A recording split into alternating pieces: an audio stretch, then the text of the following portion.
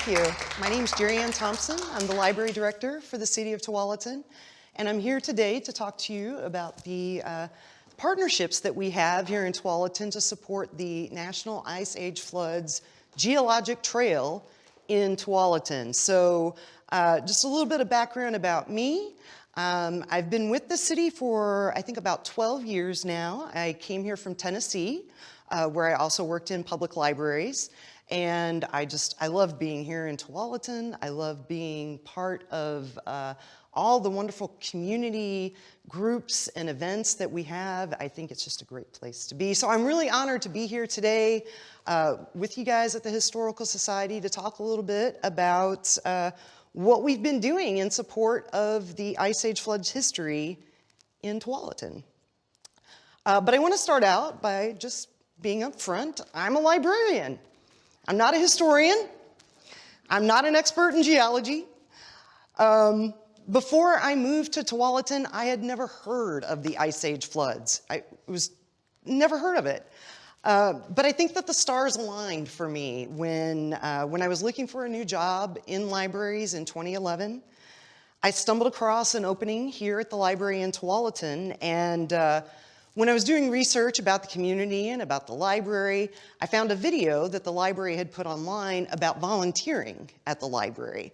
But part of that video included the image of the mastodon skeleton, and I was just like, wow. When I saw that, I thought, I want to work there.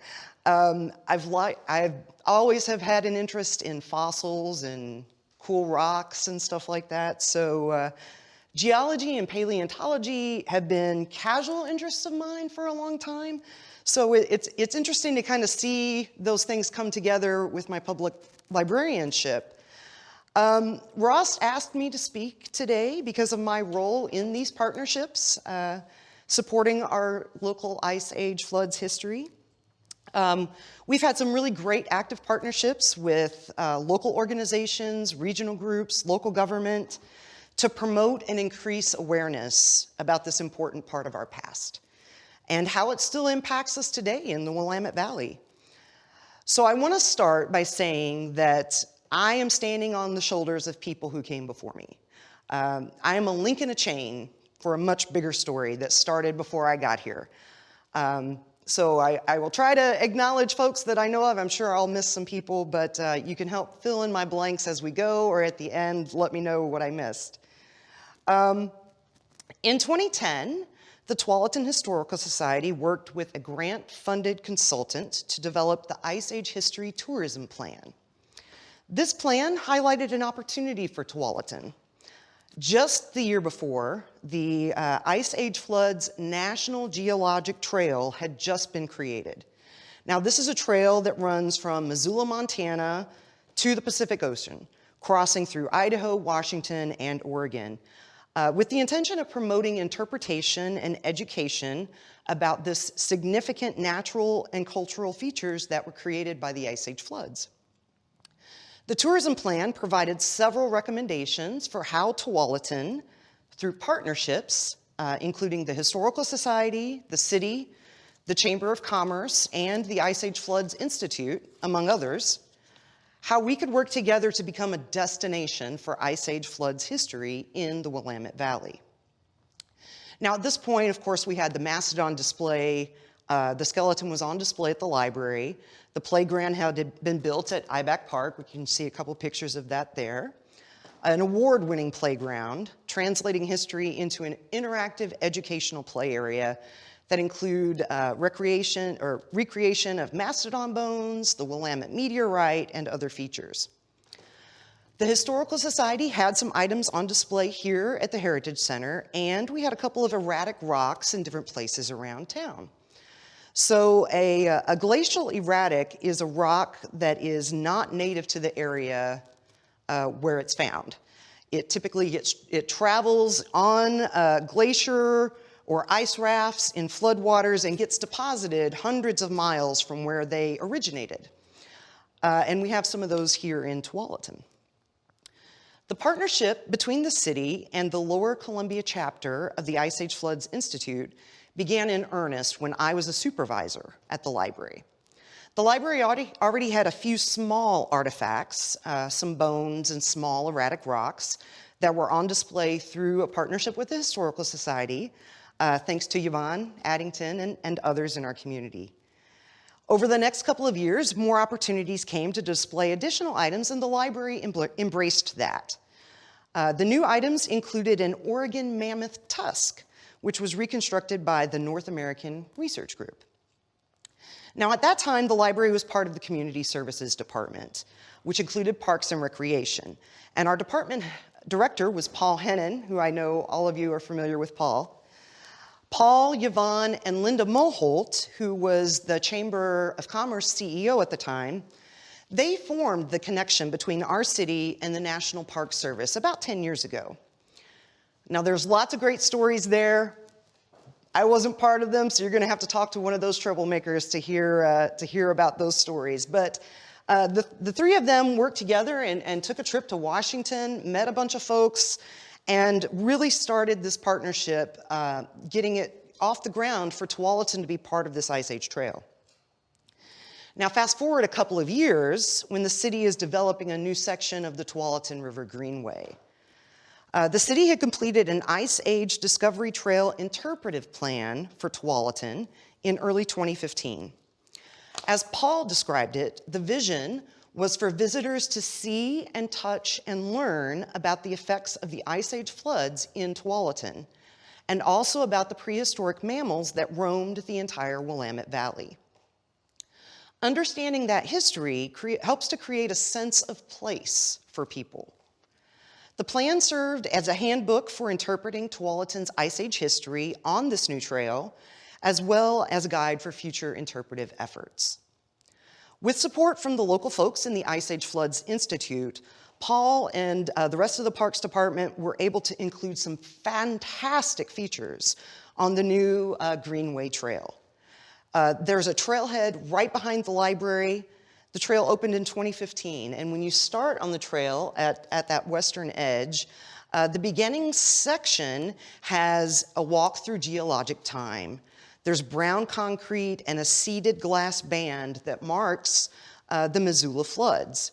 There are also bands that mark major volcanic events and other events in our geologic history.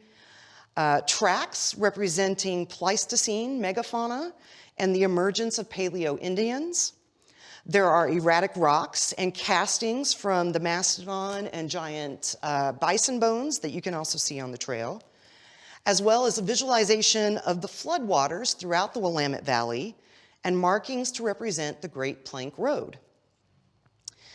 In conjunction with the trail's opening, Tualatin also got a nifty new Ice Age-themed sculpture, courtesy of CenterCal, which is the developer of the shopping center adjacent to the library and the Tualatin River Greenway Trail. CenterCal also commissioned this awesome book called I Wonder. It's a story about the Tualatin mastodon and a boy who wonders what it would have been like to live during that time that the mastodons were alive. We have it available for checkout at the library, and we also have it here at the Heritage Center, I think, for sale. So you can talk to Ross or Rick about that if you're interested in more information. Because of the work that Paul, Yvonne, and Linda did, we had a visit from National Park Service staff, including the then Superintendent, Dan Foster, who we got to participate in the Giant Pumpkin Regatta a few years ago. Now, the key to successful partnerships is maintaining them in periods of less activity. And we've tried hard to do that over the years by participating on the Park Service partner calls, hosting Ice Age Floods Institute talks at the library, and other things like that. So when the Park Service announced in 2018 that it was ready to create formal partnerships with local agencies to facilitate the development of coordinated interpretation, education, resource stewardship, visitor facility development and operation, and scientific research associated with the Ice Age Floods National Geologic Trail.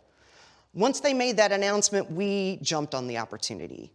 Tualatin became the first agency to sign this partnership agreement with the National Park Service to promote the Ice Age Floods Trail. In that same year, this motivated group of local residents formed a new nonprofit, the Tualatin Ice Age Foundation. When Paul retired and the library became its own department, I became the city's liaison for Ice Age history. We still work closely with the Parks and Recreation Department on many projects.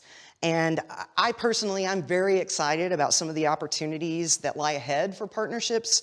There are going to be so many new trails and parks being developed in the coming years, thanks to the Parks Bond Measure that was approved by voters last fall, as well as enhancement to existing parks, including IBAC Park, which we mentioned a little bit ago.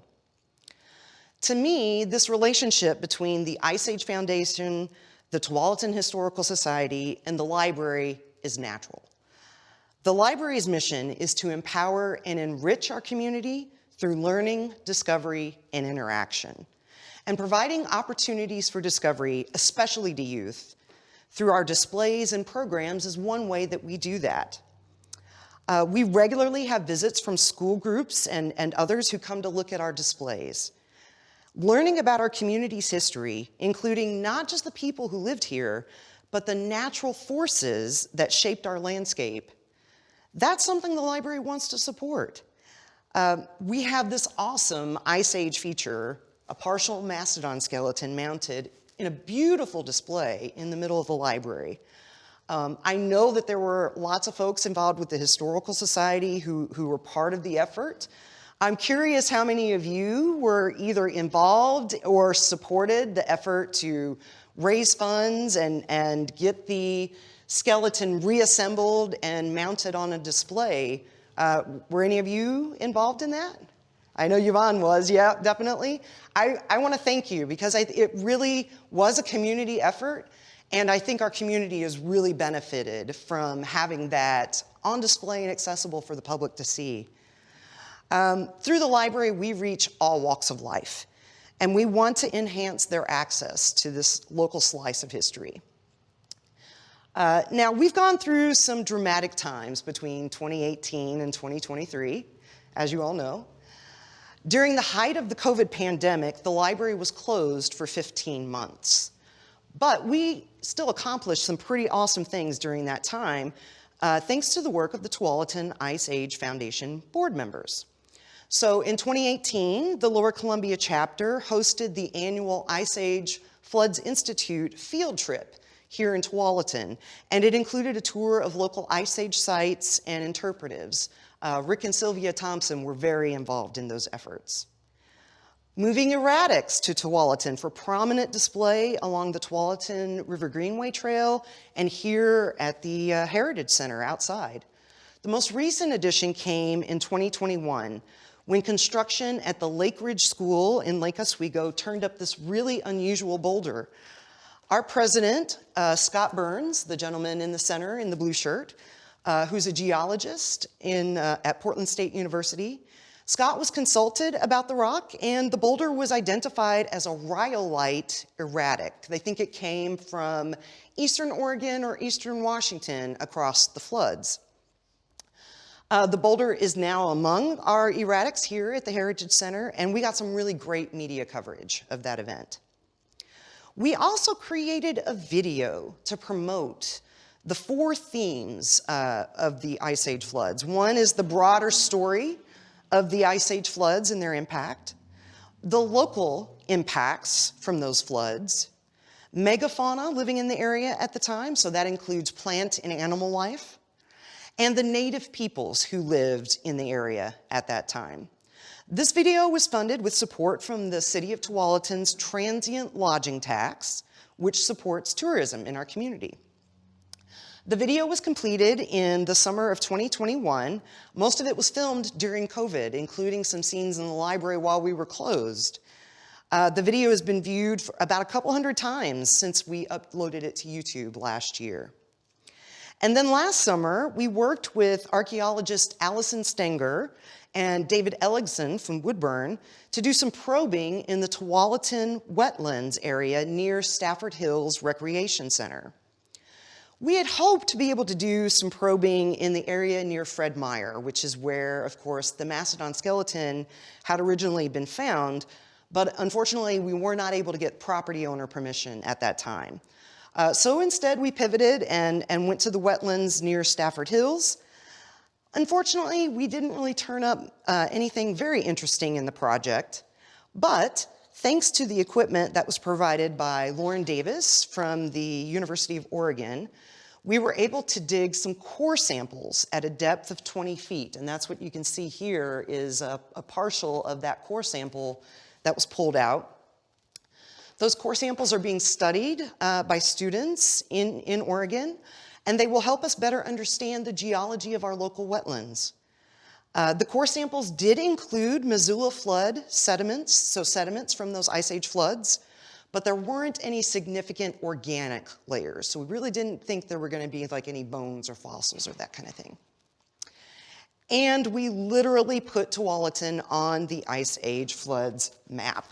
So because of our work and partnerships, when the National Park Service released their Unigrid map and brochure for the Ice Age Floods National Geologic Trail, Tualatin was prominently included. So on the left, you can see the map, and you've got Portland identified, or Eugene at the bottom, and then Tualatin is the only other place listed in that area. And then going out towards Astoria, you've got a couple of places listed there as well. We're also on the Park Service app as a place to see and visit if you're traveling along the Ice Age Floods National Geologic Trail. Our latest joint venture also relates to the National Park Service, and this is their Junior Ranger program. So through this program, youth can visit various park sites and complete activities and then receive a Junior Ranger badge or sticker. This program was specifically adapted for the Ice Age National Geologic Trail, and they made a booklet. Now, I'm out of the booklets at the moment, so this is just a photocopy, but still get a sense of what it includes. You can see there's 2 pages devoted to Tualatin. There's also some pages for the Columbia River Gorge, as well as pages for sites in other states. You can come to the library with youth in your family and pick up a copy. You can also download it from the National Park Service website. And I have some copies here if anybody would like one of these printed copies.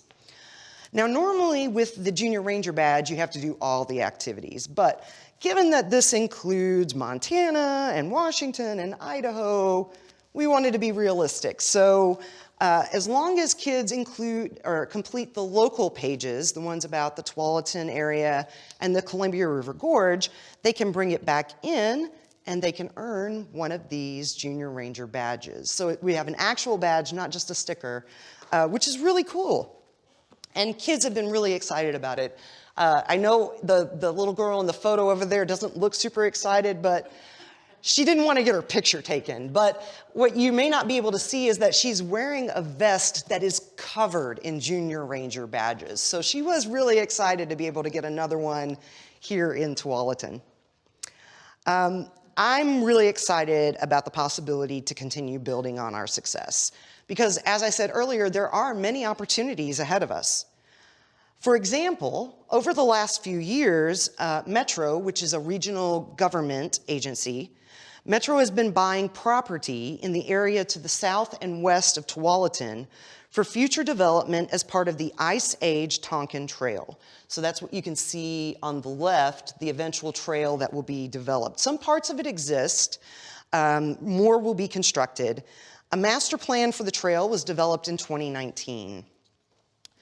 Once it is developed, the Ice Age Tonkin Trail will take you from the banks of the Willamette River in Wilsonville, past Colk Ponds and erratics, which were caused and left by the floods, Old Town Sherwood, the Tualatin River National Wildlife Refuge, Community Park, and Cook Park.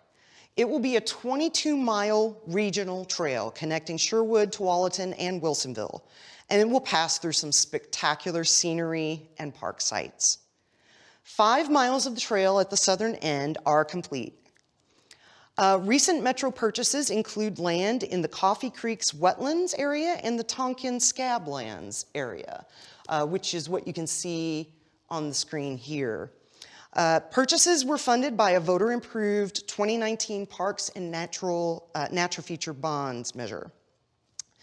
Of course, I also have to mention that at long last, the gap in the Tualatin River Greenway Trail has been completed, something I know we were all excited to learn about. You can now walk all the way from the library to Browns Ferry Park through that trail. In 2021, Justin Radford became the Ice Age Floods National Geologic Trail Program Manager for the National Park Service. He's the first full-time staff member dedicated to the trail. We have had him visit Tualatin once. We're looking forward for him coming back, and I'm hoping maybe we can work on getting him involved with a future pumpkin regatta as well. The library serves as an interim interpretive center for the Willamette Valley along the Ice Age Floods National Geologic Trail. But we only have so much space available for our interpretives and displays. We provide basic training for our staff about the Ice Age floods locally, but it's not exactly their area of expertise. So we've got some bigger dreams in our mind. Last year, a group from the Foundation's board took a visit to the University of Oregon in Eugene, where we met with members of the Geology department, plus Andrew Bohm, who recently discovered that the Tualatin mastodon is a member of the newly defined Pacific mastodon species, making it the first reported species in Oregon. So another first for us here in Tualatin. While we were visiting Eugene, we were able to view some of the bones that had been donated by Andy Dyke, former chair of the Board of County Commissioners. The bones included mammoth, mastodon, sloth, and bison, and you can see a few of them pictured there. We've also met with representatives from the Confederated Tribes of the Grand Ronde to continue developing that partnership between our groups and agencies. We think it's very important that the people who stewarded this land for so many years be a part of this project. We did have tribal representatives who participated in the video that we made, and they were very honored by the approach that we took. We were inspired by the Museum of Natural and Cultural History at the University of Oregon and its collection, including this new display that they set up last year, which features fossils discovered by our friend Mike Full. Mike is the founder of the Willamette Valley Pleistocene Project, and he has recovered all kinds of bones and fossils throughout the Willamette and Yamhill valleys. Particularly, these are Castoroides bones, which is also known as the giant beaver. This was the first documented discovery of this particular fossil west of the Continental Divide. So they're still in the process of authentication and dating and stuff, but it's a really spectacular find. Speaking now as the secretary of the Tualatin Ice Age Foundation, our vision is to create a true interpretive center available for locals and visitors alike. Can you imagine if local schools built the Ice Age floods history into their curriculum and had field trips to a local interpretive center? That would be amazing. We have fabulous collections that are searching for a home. I mentioned Mike Full. He has numerous fossils that he's pulled from on and around the Yamhill River. David Ellickson, the teacher from Woodburn High School, who's led multiple fossil digs on the school grounds, he's also looking for a home for some of his finds, which include a partial giant bison skeleton. As I said a couple of times, I think there are many exciting opportunities ahead of us to be involved in the development of interpretive features to highlight the history of the Ice Age floods in our area. I want to encourage you all to continue to be involved with the Ice Age Floods Institute and/or the Historical Society as we partner together to continue our tireless work of promoting knowledge about our past. Because it's really important for people to know how we got to where we are today. With that, I encourage you to visit our website, tualatiniceage.org. You can find a link to the video. It's about half an hour long, has some really great information I did bring with me, as I said, some copies of the Mega Flood Adventures activity book. I also have a few Mastodon stickers from the library I'm happy to share if anybody would like one of those. With that, I'm happy to answer any questions. I'm also open to hearing what I missed, because I know there's more to the story. It's hard to capture everything. So if there's something I left out that's important, I hope somebody will share. And thank you for being here today. You might disclose where those bones were found first? The Mastodon bones? Yeah, so currently in the area that's just south of Fred Meyer, I think adjacent to where their parking lot is, there's the creek that runs through there. Is that Nyberg Creek?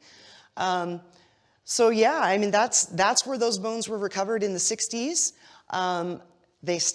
They went to Portland for a while. Yvonne got them back here for us at Tualatin, and then they stayed in storage for a number of years until a real community effort to bring those bones out of storage, get them cleaned up, get them put together in an articulated display, and then they were available formerly in the lobby between the library and city offices. And then when the library was reconstructed and expanded in 2018, created this awesome display. Yeah. How was it determined where the trail went, trail that goes from Wilsonville to Sherwood and to Tualatin? How was it determined how the Tonkin Ice Age Trail was developed? Yeah, so there is a full plan that was developed with Metro in partnership with local government agencies, including Tualatin. And that's what led, I don't know the specifics of what led to that development or that particular alignment. I know down here in south in the Wilsonville area, that's where Graham's Oak Natural Park is, and that's the part of the trail that's most complete. There are a couple different places where the trail runs through the Basalt Creek Canyon and through the Tonkin Scablands. But for the specific alignment choices, I'd encourage you to look at that plan, which is on the Metro website. Yes? One of the main features goes on that sidewalk right outside this building. That's part of the trail that ends up at the beach. You go across the trestle and Tualatin River, and that's where it ends. So we're a part of it already. Yes, so yeah, Yvonne is saying where the trail is going to connect is going to come right up through into the Hedges Creek wetland, right through the natural area that's here behind the Heritage Center, up the sidewalk, over to Community Park just nearby, and then connecting over to Cook Park to go north towards Portland. Are there other questions? You know that great big beaver? Where did Yeah. they find that piece? The Castoroides, where did they find the bones for the Castoroides? So Mike Full does a lot of diving and spelunking, I guess, in the Yamhill River. And I don't know exactly where, but they did come from the Yamhill River area. And how big was that one? The bones are just a couple inches. Yeah, so this is almost full scale. So I think that one is just a couple inches long. So there's... Mm-hmm. Oh, sure. So the giant beaver, they estimate that they were about 5 to 6 feet long and weighed 120 to 220 pounds. So you can think, I mean, you know, when you think of a beaver, you're thinking probably about this big, but think about a beaver as big as me. That's significant, right? So the couple of bones that they have found come from the mandible, and then there's also part of a leg bone has been recovered so far. Well, I heard someplace that camels started in Oregon. You heard that camels started in Oregon? Yes, and Mike has found, he's found camel bones, he's found horse bones, or early ancestors of horses. I forget what there's a name for it, but I don't remember the specific name. He has found direwolf, he has found, and of course mammoth and mastodon. That's pretty common to find those. Well, mammoth is more common than mastodon. It is true that camels started I don't know that they started here, but they definitely did, camels definitely did live here during the Pleistocene, yes. Just a comment, those three bones, the sloth, bison, mammoth, and mastodon, came from near the Tualatin River at Cornelius on the Dyke Farm. Yeah, so Yvonne's talking about the bones that were donated by Andy Dyke's family. They were found near the Tualatin River, up near Cornelius, Hillsborough area. Whenever bones are found, fossils particularly, the University of Oregon is the repository for those. So that's where they get sent to, they get cataloged. If we are able to develop an interpretive center here in Tualatin through the partnerships that we've made with the University of Oregon and other Oregon universities, we should be able to get some of those bones loaned and put on display.